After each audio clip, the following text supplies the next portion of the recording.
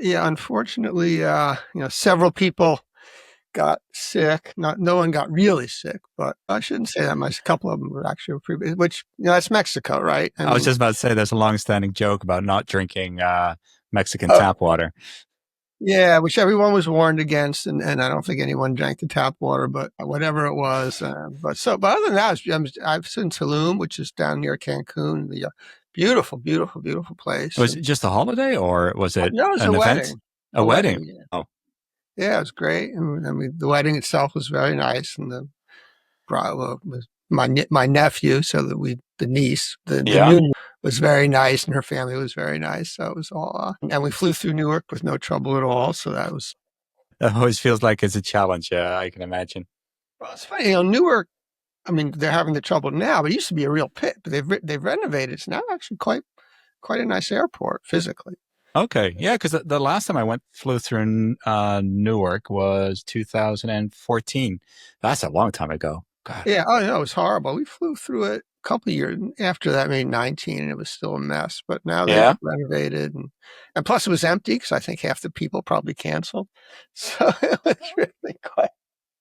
On the flight or they canceled on the flight itself? No, the airport was empty. The flight down was about half full, or maybe three quarters. The flight back was full.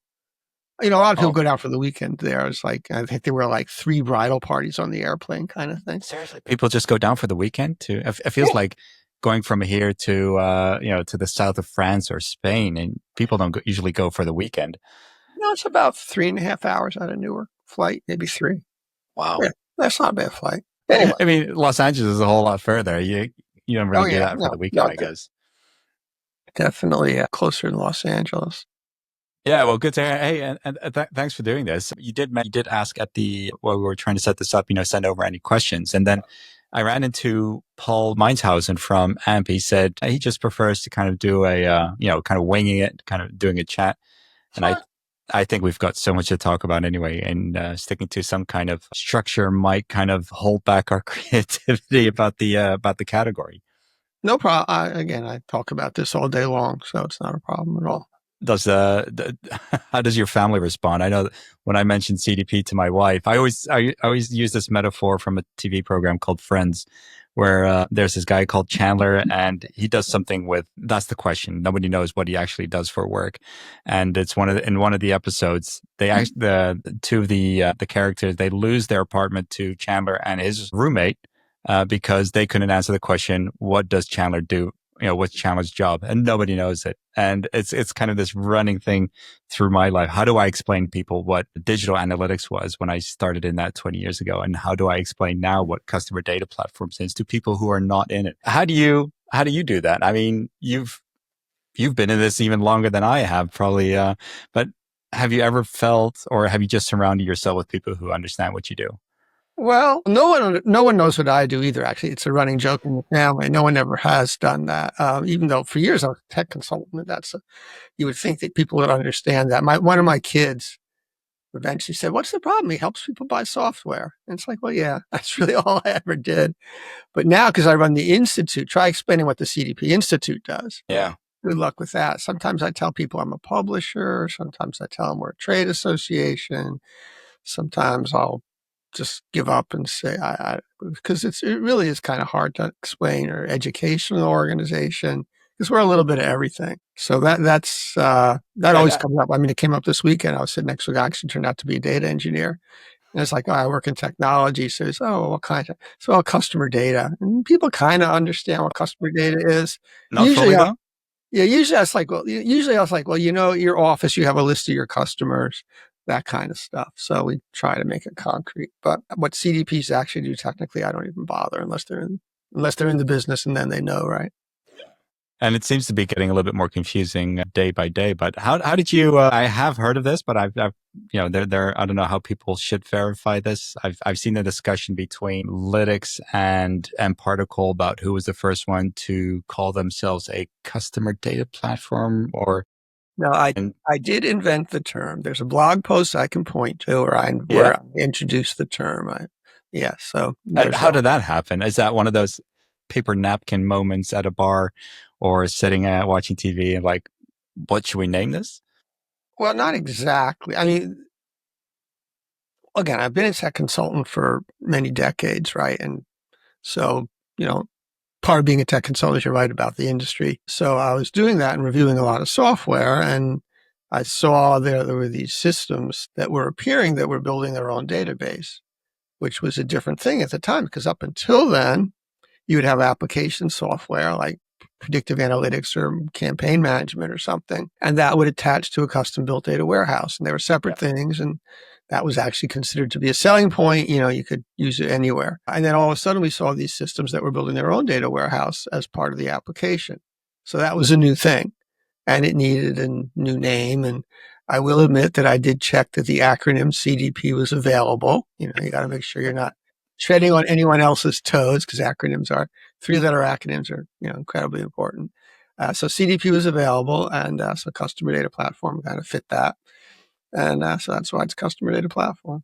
Just out of curiosity, because I know I'm never going to get the chance to ask this question again. Did you have some alternatives, some spare acronyms lined up? Well, I may have, but it's 12 years ago. I don't really recall what else I could. I'm sure I did, but just in case. I mean, looking at how the category is kind of under pressure now, I'm wondering, like, do you have some backups or some alternatives now to kind of adapt to how what this whole category is going through? I mean, it's a huge shift. No, actually, my position is that CD the definition. No, my definition has not changed. Yeah. The world's definition, what they think a CDP is, has broadened to the point of, oh, it's your primary customer database. It's where your customer data sits. And I don't think that will change. I think the box needs a label. Yeah. And that's as good a label as any. And I've always said my legacy to the universe is that box will have that label of CDP on it. You know, what the box does and how it all works and how it all connects, that's all obviously in flux. The warehouse guys will tell you, well, it's just you don't need a separate box anymore. It's just, you should just connect directly to your warehouse. But then when you look under the hood of any of those systems, they're always pulling the data out into some sort of another store because technically that's simply how you have to do it. Data warehouses aren't built to do what a CDP does. So you always have to pull it out. We used to have this debate, endlessly with the CRM guys and with the data warehouse guys back in the day. Basically, every system is built and designed and engineered for a purpose.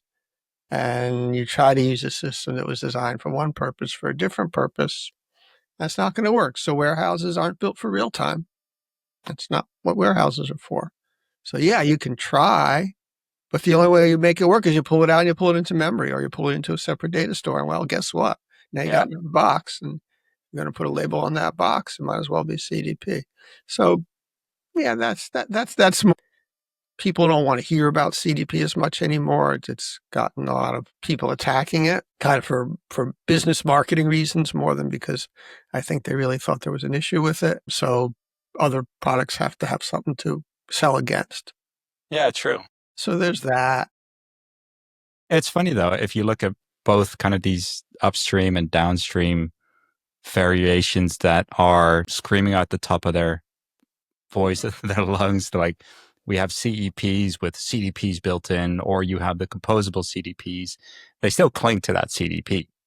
Right. Because everybody understands that as, again, the general meaning of here's where my customer data sits, or here's where I access my customer data. So yeah, I think the label serves that purpose, even if, again, the technical definition that we have is, I won't say obsolete because I don't think it is, but it's more narrow than the definition that the market has. That's okay. Yeah, because I mean, you've seen the shift now in sentiment towards CDP. Like, I mean, I'm not putting it in a doghouse. It's my point is that the technology is proven. It works. Whatever label you give it, and in whichever context you try to implement it, you're still going to fall back on those basic feature sets that CDPs. What makes CDPs. But you've seen that sentiment switch from the moment that you coined that term CDP up to the kind of the peak of its time. I think it was a 3.2 billion acquisition of Segment to now mParticle being sold for 300 million. you've seen it rise and kind of slowly simmer down. What are your, yeah, I mean, wow, that must have been an amazing time. I'm just trying to visualize it in my head, kind of being at the tip of that movement. How was that experience? Don't know Yeah, that it was ever quite, it wasn't exactly like riding a surfboard here. I mean, we're definitely on the other end of the other side of the hype cycle. There's no question. And so that means that a lot of people who wanted to be associated with it, uh, have now gone on to the next wave to ride. And that's normal. And that, don't take it personal. So yeah, so that would probably be the biggest change is now the ones who stick with it are kind of the ones who really are truly committed to it and kind of even meet our technical definition for the most case. But what's happened, which can only be a good thing, is, as you say, lots of other companies have now built the equivalent of a CDP inside their own system. So to me, that's just validation. That's like, yeah, we were right. You really do need to assemble your customer data and make it shareable. And that's all the CDP is about. The 3-word definition of CDPs build profiles. I mean, that's yeah, back in the day when I used to have to explain it to people more than I do now. That's what we said. Just remember that. Everything else is kind of just an elaboration on that concept. So as long as you have something that builds profiles, because people understand they need those profiles, yeah. and the profiles have only gotten more important. AI needs profiles. Real That's time needs profiles. Everything that you're going to do with personalization needs a good profile. yeah, And that's probably the biggest challenge that we have right now. Is chatting with a couple other folks in the industry recently about it. It's like, we can talk about AI, we can talk about hyper-personalization, we can talk about all this stuff, but at the end of the day, the people still don't get their data together. And they don't want to talk about getting their data together. It's like, yeah, but if you don't do that, none of the other stuff's going to work. yeah, Everybody kind of knows that, but nobody ever wants to say it or talk about it because it's boring and data is boring. And by extension, CDPs are kind of boring at that point, right? Because the yeah, CDPs are all about data. That may be part of the reason that so many people want to expand the definition of CDP. They're like, data, that's boring. Let's talk about personalization. Let's talk about activation. Let's talk about systems of engagement, whatever term you want. And those are all obviously super important things. You got to talk about your data or you got to fix your data. And just that doesn't change. It used to say, we have all these new problems. We don't. We have exactly the same problems. What we have is new solutions. Same problems, new solutions, not the other way around. Because the problems are the problem. The problem is getting your data together. The problem is training your yeah. people. The problem is understanding your customers. Those are the same problems we've always had. We've never solved them. Maybe they'll never be solved. And AI has actually exposed it even further. AI Yeah, just makes it more clear that your data is problematic and that you have to make good decisions. You have to understand your customers. I mean, maybe AI will do all that for us. We can always hope, but well, don't hold your breath. I've been working on a project where we're inferring data from PDFs and docx files, and the amount of times on the surface it looks like everything's going well, but when you start looking at the details, it starts filling out names that have nothing to do with the document but it just feels compelled. That's the feeling that I get, is that even with the prompts that you create but the response that you get, it somehow feels compelled to give you a response. Yeah. And that's such a pitfall with AI at the moment, in that, sure, the technology does do something. It responds to your request, but who's going to, is there going to be kind of a narrative debugging on this? Are we going to actually are there going to be tools to look at the quality of the responses now? There are already, and of course there are AI tools. The real concern is the AI tools start conspiring against us, which is not crazy paranoid. I mean, No, no, no, no. it's It's not actually just Hollywood anymore. yeah, no, it's entirely possible. I think some of it's even been shown to happen. But no, I mean, we've done some tests, and I'm not a Luddite, obviously. We took some of our newsletter items. We published a daily newsletter, 3 Yeah. items a day, all like 100 words or something per item, very, very manageable, kind of small chunks of data, right? And I said, well, I want to know what topics are most popular. It's a reasonable question. So we can count the clicks. So we gave the AI, a couple different AIs actually, a spreadsheet that had, okay, here's the item, here's the number of clicks it had, create a cluster based on the topic and show me which topics are more interesting, right? Or get more clicks. Pretty straightforward piece of analysis. And it came back and it did that. And then I looked at the analysis and so it came up with some clusters that were plausible clusters. Yeah. Half the things in each cluster had nothing to do with the cluster. They were just wrong. Yeah. And if you just looked at the output, say, oh, that's good. Okay, cool. It did what it's supposed to do. It gave us cute little clusters and stuff. Then you look at it, really, it's like, oh, well, actually it did it wrong. So you have to check your output. And that's an easy one that I could do manually, right? We had another thing just the other day. I was asking it to find out who invented a particular concept, not CDP, another concept. I have to ask it about CDP and who it says. So like academic research about technology diffusion, which is a topic I find fascinating. So it came back and it listed 4 people and so cool. So it lists this one guy and lists the title of his book. So I said, fine, tell me more about this book. It comes back and says, no, I made a mistake. That book doesn't exist. The guy exists, but he never wrote a book by that title or paper. That's amazing. Wow, okay. I think that's going to be the power of human beings, but to be able to better understand what the context of the responses are in compared to the question. I actually heard of a case a couple of months ago where a lawyer had used ChatGPT to build his argument, and I think it came back with cases for that didn't exist. I forgot what it's called in the US in the market, but it's that's the thing with real world recordings here or live recordings. You get phone calls. I should have put it on focus mode, but it's true, and I think that's going to be because I just spoke to Paul Meinshausen from AMP, and he was talking about the whole control situation that a lot of AI leaders or not AI leaders, leaders of companies are not scared, hesitant is a better word, to relinquish control over certain processes where AI is involved. And I think this is definitely one of those situations that that validates that. If you cannot be 100% sure or 99.99% sure that the responses or the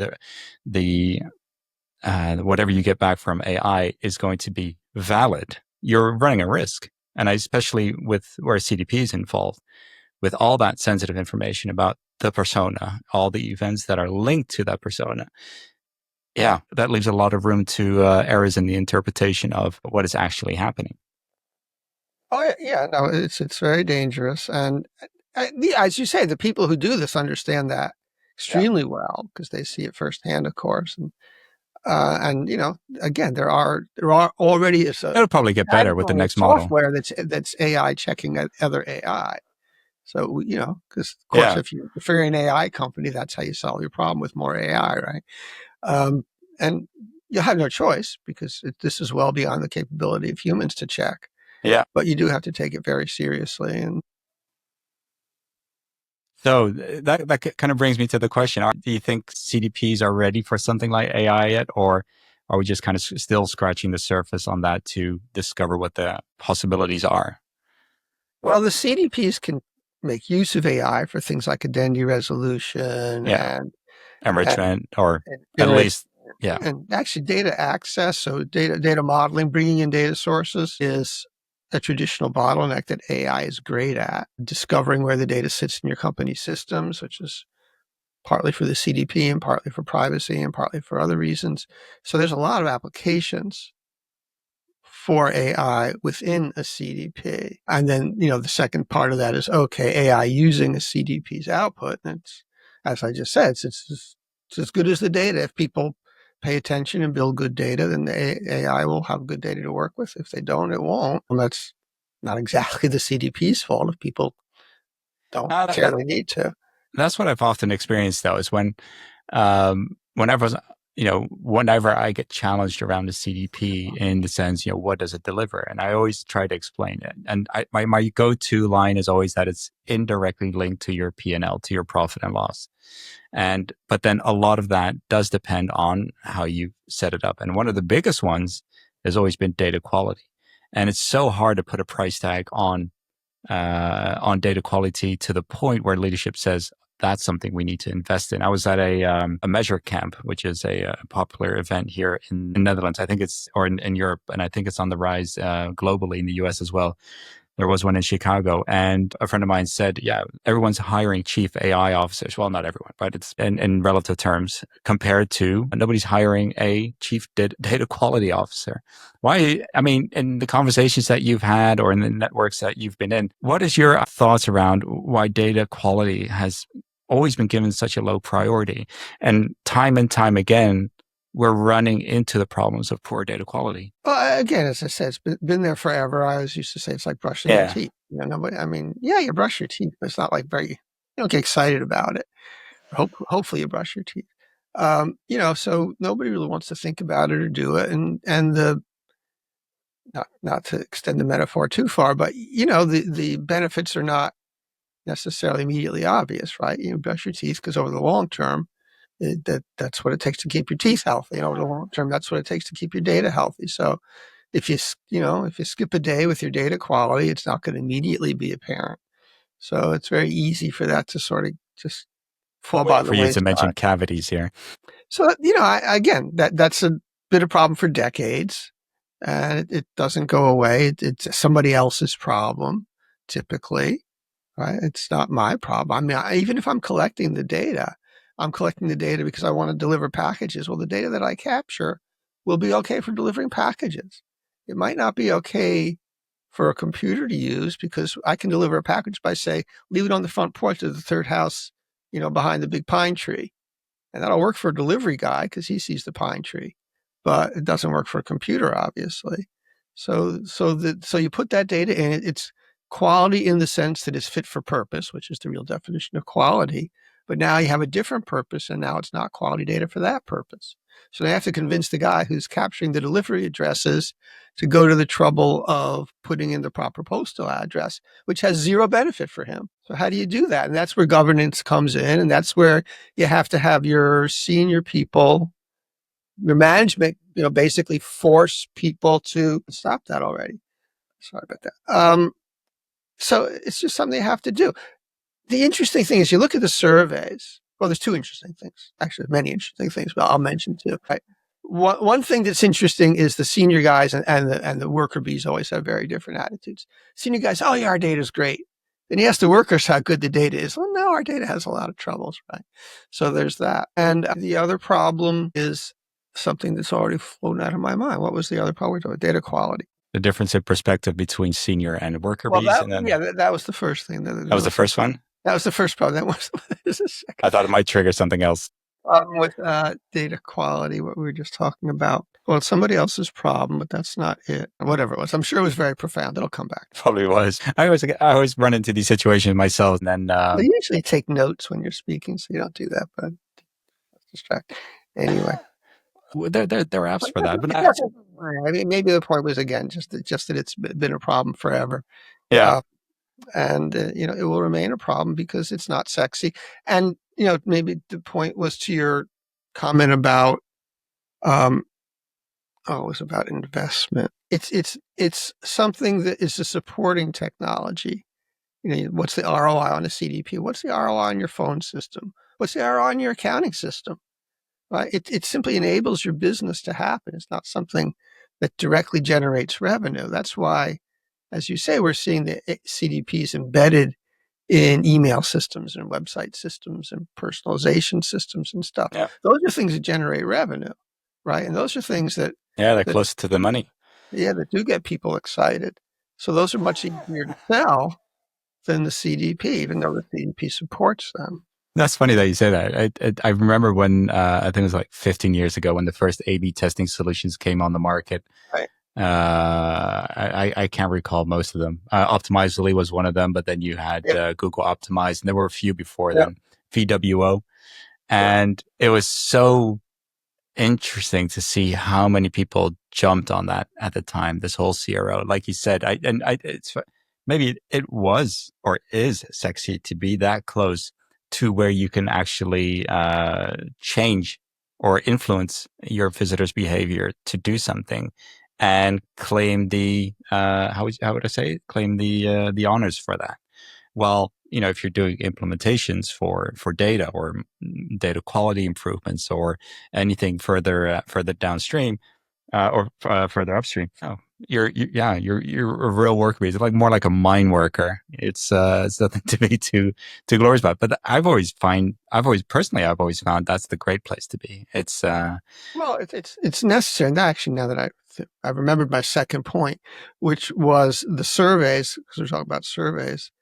If you ask people how good's your data, they will generally say, not great. Do you trust your data is the critical question. So 30-40% of the people tell you they really trust their data. Then you ask them where they're spending their money. Are you investing in data quality? Oh, no. No, we're investing in all these other things. And that's right. Even though data quality is the number one problem, it's like about the number 7 investment priority because Yeah. it's just not fun. So to your point about the A/B testing systems, there's immediate ROI on that. I can point to that and say, okay, I know I did this test, and now the winner is 10% better, so I can claim that revenue as the result of my A/B test, validly so. Well, you don't do that with the Although they data. were closed systems, though. I mean, they did have all the analytics built in. They had all the you could build out the tests within the systems. But in the end, I think one of the biggest flaws was always what is the influence of that test on a bigger scale? Because if you just looked at the results of a test, the scope of it was just the test itself. But what was the influence outside of that? And I think that was always the biggest or the most challenging question that often didn't get answered actually, because you didn't have that data. Right. Well, yeah. Well, hopefully you took your winner and you applied it, but you're right. It's only one little test, and did you learn something from it? Did you actually make other changes that would have a broader impact? But Yeah. again, if you're selling the system either internally or as a salesperson, you can say, "Hey, 10% improvement in results." You translate that into real money. It's easy to translate that, but 10% better data, Yeah. and much. Here's another question though, because this was on the CDP Institute survey. The one that caught my eye, and I know it's very little, was the on-premise. That is slowly coming back into interest. And again, the numbers were minimal. It was a doubling in the year to year, 2 to 4, I guess. It's not necessarily significant, but what are your views around on-premise? Is that, of course, we've got the data warehouses, cloud, we've got private instances. But I've also been in touch with a few like Mero who can actually do something on premise. Are there for banks, insurance companies, the more sensitive type verticals? I guess that could be compelling, but how have you seen that change over time? And yeah, I'm going to mention anyway, kind of the whole political sphere at the moment between Europe and North America. There's also a lot of pull from European companies say, hey, let's move on premise. So are not dependent on cloud, even though it's hosted in Europe, but is controlled by companies in the US. So is it something to watch out for in your opinion? Well, I think you're hit on it that it has to do with the vertical. Financial services, telco in particular, are the two where the data is very sensitive, and they've always preferred on-premise solutions. And then on-premise, as you also said, on-premise used to be physically on-premise. Here's the computer behind the glass. So I can point to it. Now it's private cloud. There are a whole bunch of things that are sort of kind of under the company's control, even though they may not be truly physically on-premise. So that never went away. And in fact, I'm sure that the actual share is way higher than 2 or 4%. Because again, in those industries, they really have been very reluctant to truly let the data out of their control. That'll only get worse. The political situation, um, uh, I don't know how big an impact that has. As you say, there's already rules that keep the data in the same country or keep it out of countries that have lax privacy, like the United States, for example. That's a big issue now, the data sharing or agreements that are negotiated, and rightly so. I mean, it's just, we have issues that are only getting worse here by the minute in terms of the government. I was surprised that you could that the DMV, which is for the non-American, is the Department for Motor Vehicles, which is a government organization, is allowed to sell its data to companies, and that was quite surprising. And that's something that would never pass or be allowed here in Europe, for instance. Right. Yeah. Well, as I said, the regulations here are extremely lax, or lack of regulations. DMVs have always sold. That's actually not new. What's happening now is Oh no, no, yeah, other government agencies are at least sharing data that was never supposed to be shared. And it's actually by law not allowed to be shared, but that would require someone to actually pay attention to the law, which unfortunately is not what's going on here right now. Not So sexy. that's getting, well, that's pretty sexy. Yeah. That That's like more like data quality compared with data quality Yeah, monitoring. compared with data quality, privacy is very sexy. There's been huge upsurge in interest in privacy, and only going to become more so. I mean, the only thing that would depress interest in privacy is if the government just stopped enforcing any of the regulations, which could easily happen in the U.S. Obviously, Europe is moving in the other direction, right? So yeah, the divergence between the two will actually make people pay a little more attention to where their data is and who controls it and who can actually get their hands on it. There's the whole thing that we have about the Chinese Yep. companies like TikTok being able to access the U.S. data, and of course the Europeans. I Are read saying, about that. Yeah. yeah, and the Europeans are saying, well, wait a minute, we have U.S. companies there. Don't we have the same issue that there's this foreign entity that's controlling our data? I think I read a research that somebody recently did about all for the because one of my children is on TikTok, and I actually brought her up that to the point where every time she wants a new app, she has to show me that she's looked at the app page, the app screen in the app store, and she has to explain to me. Maybe that's inherent for all those people here in the CDP world. I let her explain to me that she understands what information from her phone is being exchanged. But this report that I saw, and I think I saw it on Instagram. Sorry, I usually don't scroll on Instagram, but it was the one place where I saw it. This guy found out that it's a lot more than what they claim within the app, and that I found kind of scary. That they can start up the app if, let's say, you restart your mobile phone. They have TikTok, for instance, can restart the app in the background to do whatever they want to do. And it's, it's scary. Yeah. Yeah, your permission should control that, but do they get around that? You can go down the rabbit hole here. I'm more than reasonably paranoid, actually, because I know I'm close enough to the industry to Yeah. not do a lot of things. It's funny, we're just down with the family members in Mexico, right? So we're comparing notes on these sorts of things, and most of them do things that I would never do. They're like, no, I don't. Do you screen off your face when they're making a video or photo for TikTok? I Like, don't no. do that. But I do. I don't turn my camera on. There's a lot of permissions. I don't turn my location on. I don't. There are a lot of things that apps ask for that I do refuse. Even cookies. I always reject cookies, and not everybody does that. Because it's just so damn convenient. I mean, we come through customs last night, and they just take your picture. You don't even have to show your passport. Literally, you walk up They just took your picture? you walk up to the kiosk. It's been that way for a while now. I have, there's a expedited global Yeah. traveler thing. So they have your picture on file, obviously, and they just look at you and they say, okay, this is who this person is, and there's no reason not to let them back in the country that they know about. So they let you through. I mean, and even getting on the airplane, I was surprised. This is the first time I ever saw that. Didn't have to show boarding pass to get on the airplane. They just, again, took a picture at the gate. So obviously it's all on file. So it's a horrible privacy violation. I hate the thought that now the airline has my picture, but damn, it's so convenient. Can you resist? Wow. I mean, but yeah, I'm more confused about not showing the boarding pass. I'm like, I know from my time in the US when I was in the US Navy that I would travel back and forth. And this was pre 9/11. Family members could just walk up with you to the gate. And I know that my stepbrother, a long time ago, he abused his freedom and actually got on a few flights a few times to fly between Boston and Rome.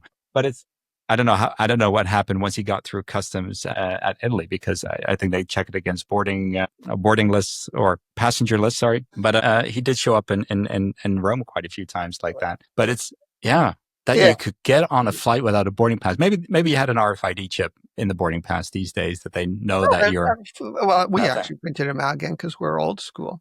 But only in the entire process, both directions, there was one barrier that you go through where they scanned your boarding pass. Yeah. That was the only place they looked at your boarding pass. And that's before security, I think. Yeah, you do that. I mean, I don't even, do we even, I guess we had to show our passport to an agent. That was different. So I'm seeing all these possibilities. Like, what happens if you do make a mistake, and real honest to God mistake, you get on the wrong flight and you end up in, I don't know, Cape Town. It's like, well, hey, this no, three and a half hour flight's yeah, taking 12 hours. no, I'm sure they checked my picture against the boarding list. So they Yeah. knew, oh, there's this picture. Okay. Yeah, this Oh, person they even had a system at the gate to get at into the the plane. gate. They took the picture at the gate instead of, usually the gate agent, you hand them your boarding pass, right? And they check it. So they didn't do that, but they I was did. thinking the security checkpoint, but this is at the gate. Wow. Yeah. No, the security, again, there was one check of the boarding pass where they scanned it. But other than that, nothing. Because we got this email, we had, checked in advance, right, online. And we get this text actually from the airline saying, oh, just go to the gate. I'm like, wait a minute, don't we need a boarding pass? And then I realized that they had actually downloaded the boarding, sent us the boarding pass as part of the message. So, okay, so we did have a boarding pass, although it was just scanned. So anyway, yeah, so that stuff's all great and it's super convenient and you love it, but you're giving up a lot of privacy for that to happen. So with privacy, I know that I think it's like 10 years ago, Google Analytics, an analytics solution, they started saying, hey, we've detected PII data in the data that you're sending into Google Analytics, which is against the terms and conditions. I still run into situations where I've seen implementations that are collecting too much data, or data that I'm thinking, hey, it should kind of be out of bounds. It should be hashed in some way. It's definitely something not HIPAA compliant for US tools. Is there like an ethical line as marketers or as implementation specialists or anyone working with marketing technology that we shouldn't cross, or kind of have a hotline where we need to report these kind of things? Because I feel that for a lot of people, and that comes from that splitted interest. You have a lot of data engineers and data scientists and developers who do the implementations. You have your marketers, your digital analysts. There's no one who really says, hey, we need to be ethical about this. I've never heard that discussion pop up anywhere. But is it a responsibility that we should have as experts in the field? Well, there's a couple levels to that, right? We'll see if I can get through the whole list right now. Writing it down. One is the person who's writing the spec, making the decision. Should the marketer say there's only certain data we should collect? Yeah. And I think for that, the answer is clearly yes. Marketers should be very cognizant of privacy and limit themselves to what they really need. The second question is, should the data engineer or the guy building the program say, hey, wait a minute, you're doing stuff that I don't think is right? I have a lot more trouble with that because I'm not sure that data engineer is really going to understand it properly. Will he understand it any better than the marketer? Yeah, I don't know, but it's the marketer's responsibility to understand it. So those are different things. And then the third one is like, should there be a whistleblower who says, no, not that this is not, this is somebody else's system, but I see the system is gathering data that I don't think it should, or that, as you say, violates or contradicts what it says it's gathering. And should I complain to someone or other about that? Which, I mean, I think is okay. I don't want to, it's not my job, but it gets a little dicey because, again, does that person really know what they're doing? Are they understanding it properly? So you can cause a lot of unnecessary trouble if you get it wrong, which doesn't mean you shouldn't do it. No. But you want to, if you do it, you really should make sure that you know what you're doing and you're not just misunderstanding something. It's that second case of the ethical responsibility of the data engineer. Yeah. That is questionable. I mean, I don't know if I'm sure there are ethical standards for engineers sort of in general, not, like the Hippocratic Oath to do no harm. Actually, I know for a fact there's, because I'm reading about it in a book, that engineers shouldn't build things that are unsafe or harmful or whatever. So on some level, they do have that obligation, I think, just as responsible professionals, indeed, if not responsible human beings. But again, you want that to be well informed and not just sort of somebody's random opinion. We see, again, especially in the US right now, we see a lot of people with random opinions presenting them as fact, and that does not really work out that well. No, quite often not. It does give us a few giggles every once and again here in the Netherlands when we're watching news clips. I've seen a few attempts though by vendors to actually Google was one of those examples within Google Analytics, but that was just because it didn't really stop you, but it did warn you against breaking those terms and conditions. Segment is another example where they did have the protocol feature built in where you could kind of state the rules. Like we're not allowed to, it would warn you if it was collecting email addresses in a specific parameter, and you would have to flag it as whitelisted or blacklisted, or if it was blacklisted, it would dump the values, et cetera. So yeah, I mean, I think there's a lot of opportunities for vendors to really jump on this and offer customers. I think one of the biggest challenges within something like composable or packaged, or well, you maybe I'm not going down that road now, is that with AI, I'm just thinking that could also be a great use case in the monitoring of the data that goes through. Oh yeah, And then being AI able is to really flag good at that. that. You tell AI, watch out for these kinds of data flowing through the system and flag it if it's not properly consented or violates the T's and C's. I mean, there's lots of things AI could do. Question whether people really will pay good money to have it do that. I mean, the segment feature you mentioned, is a terrific feature, right? It's telling people, hey, you're doing something that you might want to think about. It's not telling you can't do it. Oh, Just but saying, well, at least it's giving you the option. make it a decision because you might not even have realized you were doing it. And that's, there's a lot of PII that floats through systems that people don't even recognize is there. They don't recognize it's PII, depending on the nature of the data. So it's good to have that stuff called out. Again, whether people who are buying the software, building the software, will invest in that's another question. It's like, well, they don't want to be reminded of it. And not even because they're evil, just because it's like another headache that they don't want to think about, but they should. Companies should and do have privacy officers and people who worry about compliance. And those people are not always at the table, but they should always be at the table. Again, there's, beyond the ethical responsibility of the marketer, there's the legal responsibility of the company, right? Yep. To make sure that they're not breaking any laws. And there's an ethical responsibility as well to make sure they're not doing unethical things. And that, I think, is not optional. That legal requirements are legal requirements and the ethical requirements are right up there. So there definitely should be compliance and privacy people at the table, and they should be listened to, which they often are not because it's money, basically. Yeah, always, always about money, indeed. But on two ends. On one end, you need to invest money to get those features, but if you don't do it, you could be hit by a fine. And I've been reading about these law offices who make it their sole purpose or their sole business is to visit websites and check for any privacy infractions and actually take them to court. It's crazy times. Hey, just one last question. I don't know if you have a crystal ball there. I sure as I don't. I'm really enamored by the idea of that black hole. That's just because Christopher Nolan's Interstellar is one of my favorite movies. I'm a huge fan of astronomy, and but where a lot has happened. I think AI is one of the biggest. I don't want to say upsets, but it's the biggest block in the road that's been thrown on the path of Martech. Not it's good, but I think it's stopped a lot of people in their path of development, of rolling out solutions within their companies, enabling them. All of a sudden, AI comes along, and I feel that a lot of companies had to readjust their navigation, change their course. Where did they want to go? Is this something that they needed to include in it?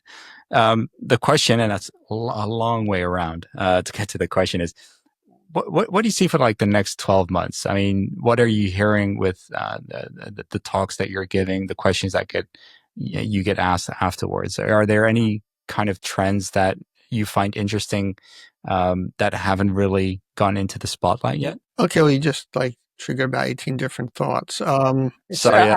I'm actually still stuck on the notion of AI as a roadblock because usually I think of AI as no, it's an enabler, but enabler. It stopped companies I take your to point. reassess.